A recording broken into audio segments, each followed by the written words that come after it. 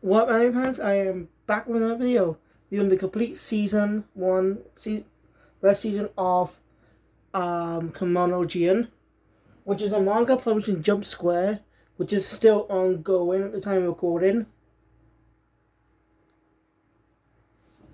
I've seen an anime adaptation back in 2021. Still not updated on season 2 yet, but it's possible to be announced at this year's Jump Festa. There isn't much time has passed. Well, just because the season 1 came out in 2021, we had a movie in 2022, and season 2 didn't premiere until this year, 2023. So for season 3, just because they say we take a 1 or 2 year break, so either 2025 or 2026. So yeah, I don't know when they're going to announce season 2 of the series, because this is actually a very good anime. And currently, the only official English translation of the manga comes from Seven Seas Entertainment. It doesn't even have a release here for some reason. So I was kind of wrong about most Jump titles being released here. There's other Jump Square titles available, like Dark Gathering. I only have 2 volumes of that, and volume 3 comes out early next month.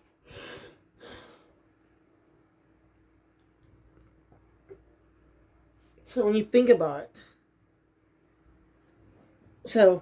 if I can find volume 1 online, I'll definitely order it and give it a read, because I'm interested in reading the manga stories as well. Because this is... So yeah, we have technically 5 main characters. Well, technically 6. 7. Actually. 7 characters that appear throughout the season.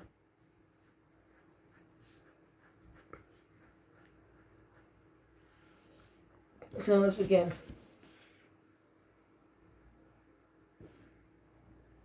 So yeah, we're introduced to... So the series introduces us to one of our main characters, Inugami. Not the protagonist now. Inugami is a detective. He ended up being called to a small village to take care of a monster problem. Then he meets a young boy named Kabane, who's not really treated well by his family.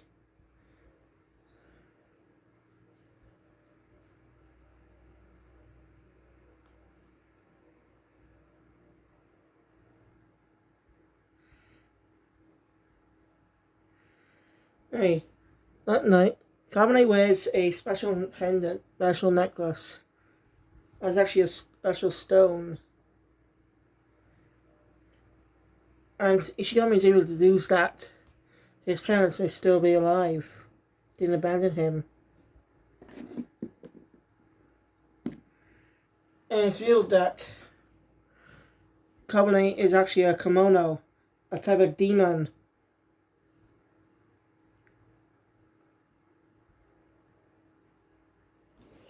Interesting enough, he got some sewer reduced to another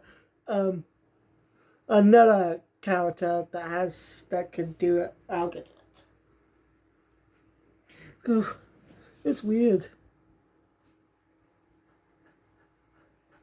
And just fact, do you know the Hokkaido arc of Ronin Kenshin is being published in Jump Square, not the main magazine? I don't know, the creator's still working. We working on the manga. He also had to return to the story after so many years. And after his disgrace in the series. With... You get my name. Alright, I'll top it. And it still keeps it. So the stone keeps his demon side in check. He also not to go on a rampage. And Inugami ends up taking Abane with him. As he said, he was a detective energy agency, and he has 2 friends. 2 people working with him. And they have special abilities too. They're demons in a way. There's Shiki and Akira. Shiki is voiced by Natsuki Hanai, who you may know as Tanjiro Kamado in Demon Slayer. Akira, who is a boy, is I'm specifically saying that because he looks very feminine. Like he's very feminine in his face and out in clothes. But it's good representation. He's a fun character.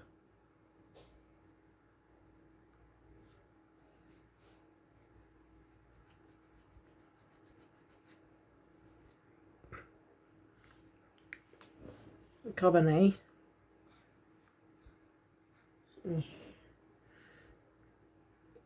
So Akira is voiced by Ayumi Murasai, who these days in 2023 is more becoming more known voicing Kyowinger in Hero Girl Sky Picture. He does voice a little lighter for Akira. And yeah, can get a little night, but I like Akira, fun character. And he's a real role model, because he's fun for a lot of real feminine men, young feminine boys to actually be more in line with the character, be more relatable, think the character's relatable in a way. Because he's represented in a good way. You know, he's a Yukiona, an ice demon.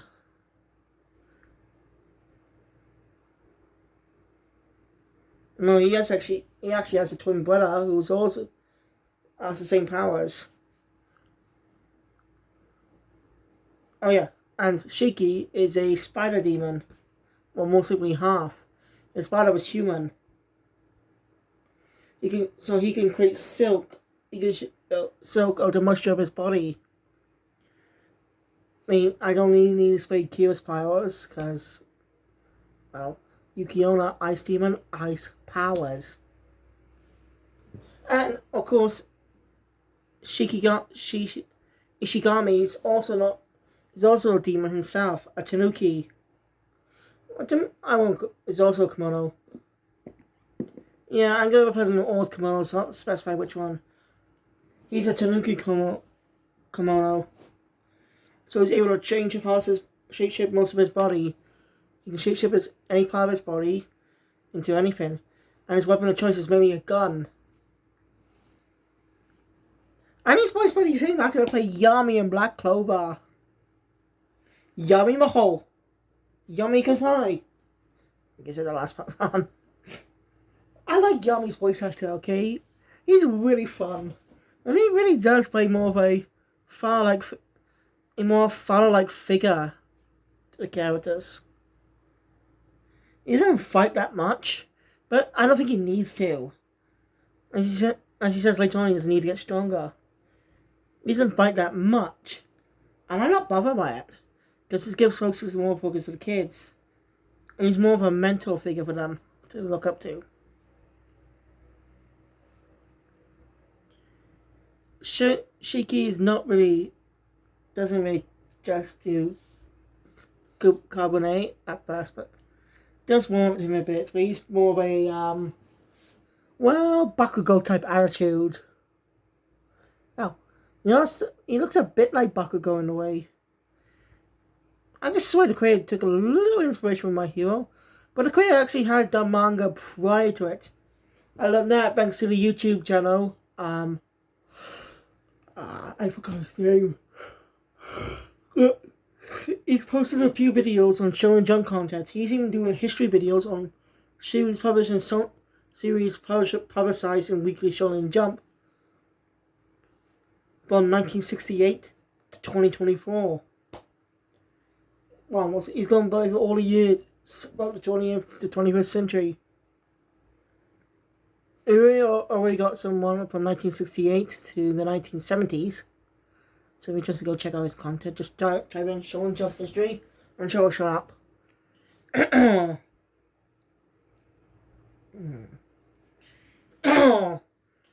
Anyway, after that, the three is sent to meet Inari, a Kitsune demon, a Kitsune Kemono. It means fox, so she's basically a fox demon. One of her subjects is Kon. Basically, Inari wants the stone Carbonate has. And imagine, even though he's headless, Carbonate manages to be Kon. But yeah, Carbonate can regenerate his body. He can't exactly die.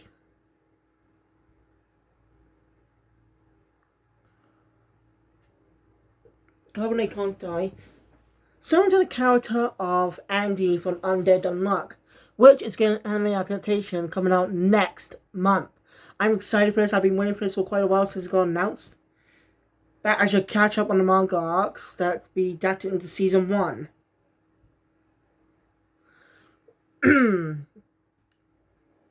I should look how many arcs are being adapted into the season. Now I know what stories to go up to. We should read the first arc, which will be episodes 1 and 2. Ooh. No topic. Anyway.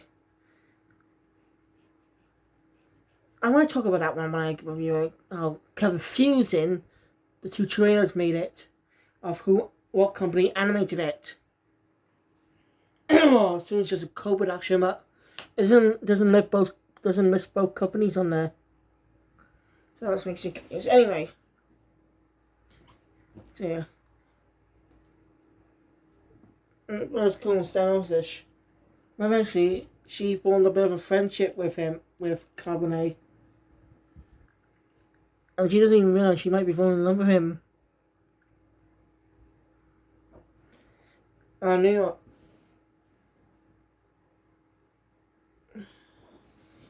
Meanwhile, he has enough kitsune to see under her command. I forgot his name, but I like him in a way. Can never really tell what he's thinking, but he just says some stuff with a smile on his face.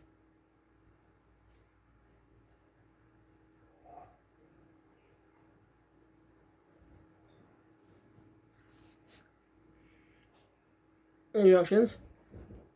Episodes 7, 8, and 9. That gets focus on Shiki, while the last 3 episodes of the season focuses on Akira.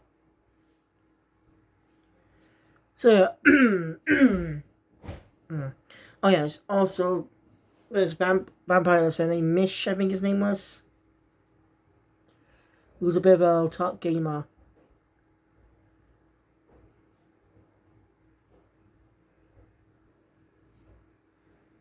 Give it to get a good episode to use his powers a lot more. Actually grow to use them a lot more.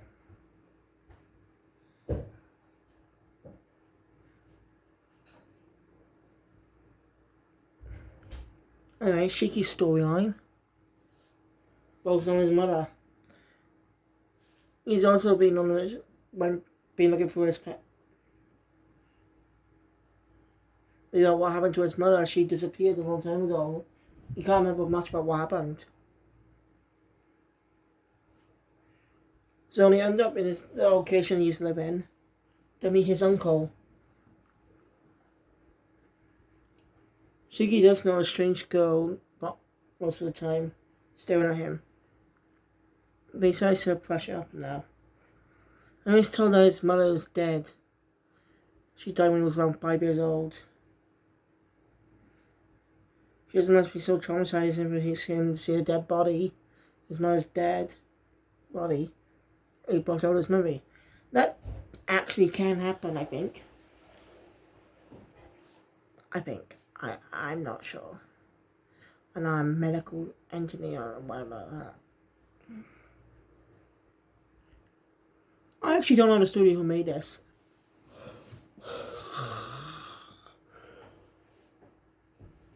Oh yeah, actually. Didn't I first strong mission against fly Kemonos? Not mosquitoes, sorry. Mosquito Kemonos.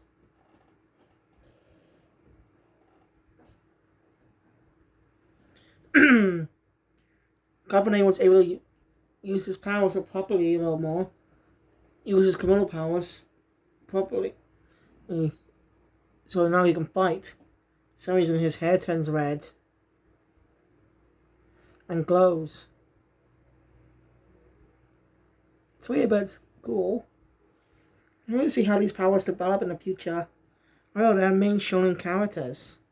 So far I haven't really noticed a shonen trio in the season. when it comes to shonen manga, they always establish a shonen trio. I call them a trio of three strongest fighters in the series. Take One Piece for example. The three strongest members of the Straw Hats are Luffy, Zoro, and Sanji.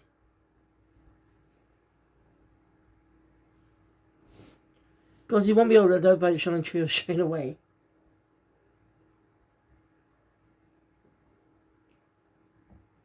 Yeah, some of the Battle Shonen series do have a shonen trio.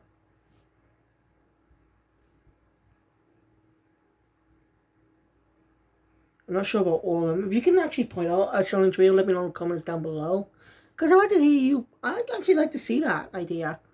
See someone go in and read every shonen series, not just from Jump, but all kinds of shonen manga, well-known ones. Point out the strongest three characters in that series. Anyway, so this is sit right with Shiki, and he ends up remembering a lot. His uncle was responsible for his mother's death. It was actually revealed he was trying to use the golden thread she has because of the legend was true. And she ended up dying in the process. Shiki ends up wanting to kill him. Kabane supports him because he doesn't know exactly emotions that is Shiki's choice and stuff. I have to learn everything from him. I base it off against the creations he's made.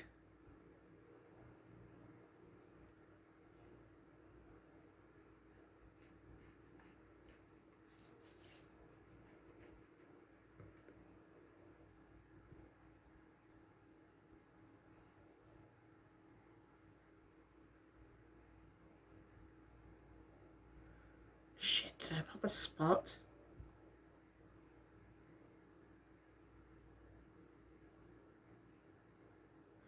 Oh my god, I didn't end up like the last one I accidentally popped. I accidentally popped a water well back.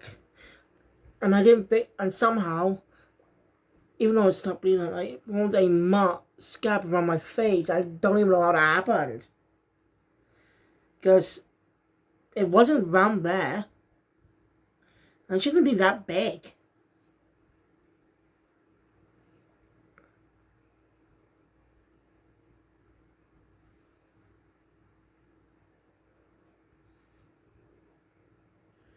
Ah, fuck. Sorry about that.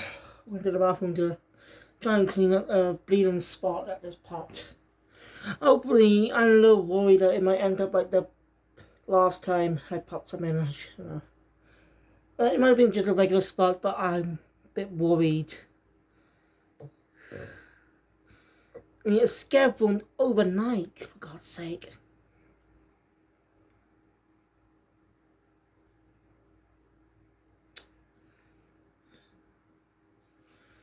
Just try already, damn it.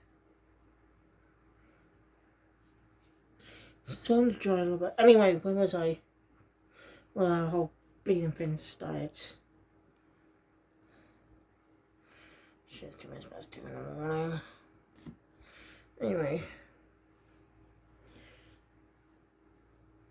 Anyway, she discovers he has a little sister named Aya and finds out his mother is still alive. So to leave his uncle live for now. And he comes out if there's anything again, then he'll be stopped. Because he now he won't let him live. So he's killed.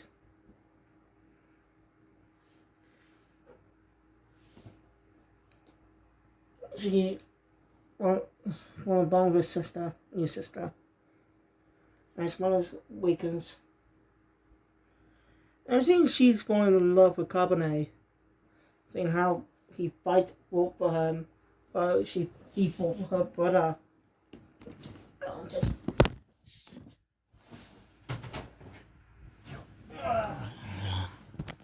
Sorry, I was not supposed to have that. Anyway. So yeah, and means Colin got jealous too without even knowing why.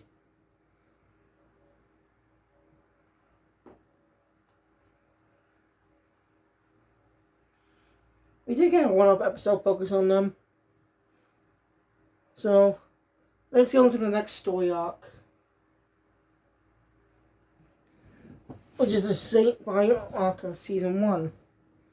The Yuki Onna arc, I think it's called. I might want to look that up sometime. As I mentioned earlier, focused on Akira. Akira reunites with his long-lost brother. But his brother seems to be acting strange. He locked him up in the ice tower.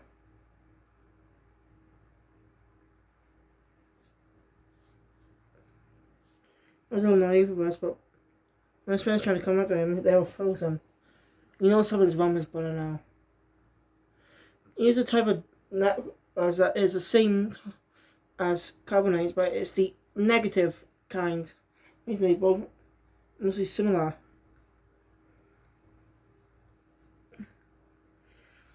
Carbonate was able to break free because, you know, he's basically regenerate, but it's basically the Doctor, just doesn't change his face.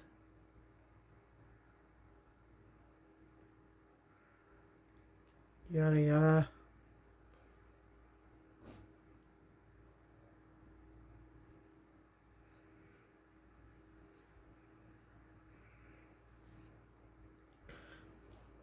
Carbonate. He must protect his presence by not organs, but Yuki Onna is mostly a bitch of women, and it's rare for a male Yuki Onna to be born. So, yeah, they become kin. Yeah. Of course, since the two of them, Akira couldn't become the kin. Yui had to do it for his brother. And I wanted to let his brother leave. They lied to him, saying they would. And eventually escaped and gained the power that necklace is. With the help of the Boxman friends, I forgot his name. He used to be managed to be saved without killing him.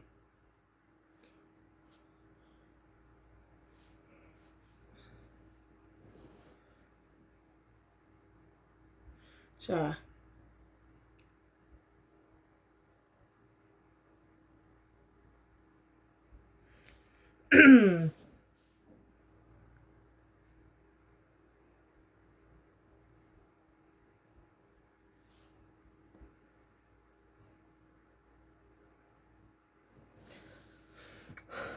yeah, Akira goes here but again, who blames himself on everything, but explains about the stone. It's probably the Kemono stones. It's the stones that were in a war set many thousands of years ago. And Kemono's not supposed to know. People not supposed to know Kemonos exist in a way. It's all been used to watch the show. Go for that detail. Sorry. What does Jihen mean then? We didn't pay attention.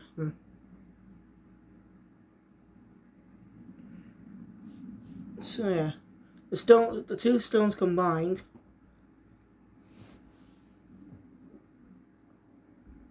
Carbonate has a new goal. You know, Ishigami, they're going to be traveling all around the country to find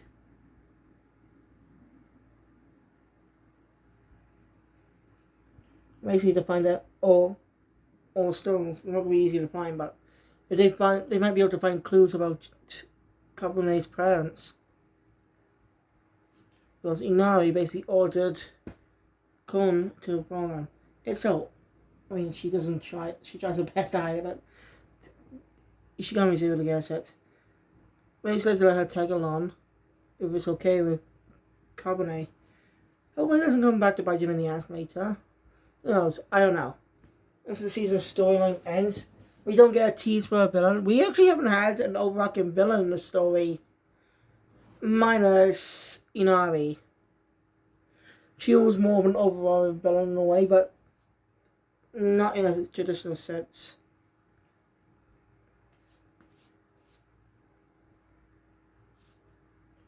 Inari, so I don't know. There's no true antagonist in the storyline. Oh, nothing wrong with that. If it ever gets a second season, I hope it does well. Wherever the studio that did it, Oh yeah, I forgot to mention the theme song. It's good. It said it was sung by Daisuke Ono. The one on was a Jotaro Kujo. Store Platinum. Zaweldo.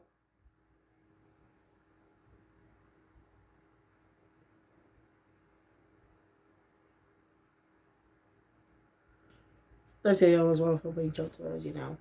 I didn't know he was a singer, but I couldn't really hear his singing voice. And again, he probably does a lighter voice for other characters. So I'm not sure. But anyway, that was season 1 of Kemono GM. I enjoyed the series. And I'm looking forward to season 2 when it gets announced. So, thank you guys for watching. If you enjoy my content, please hit the thumbs up button. Want to see more? Subscribe to the channel. Notification bell because it always comes on future. I'll see you guys tomorrow for more videos. Keep Phoenix out.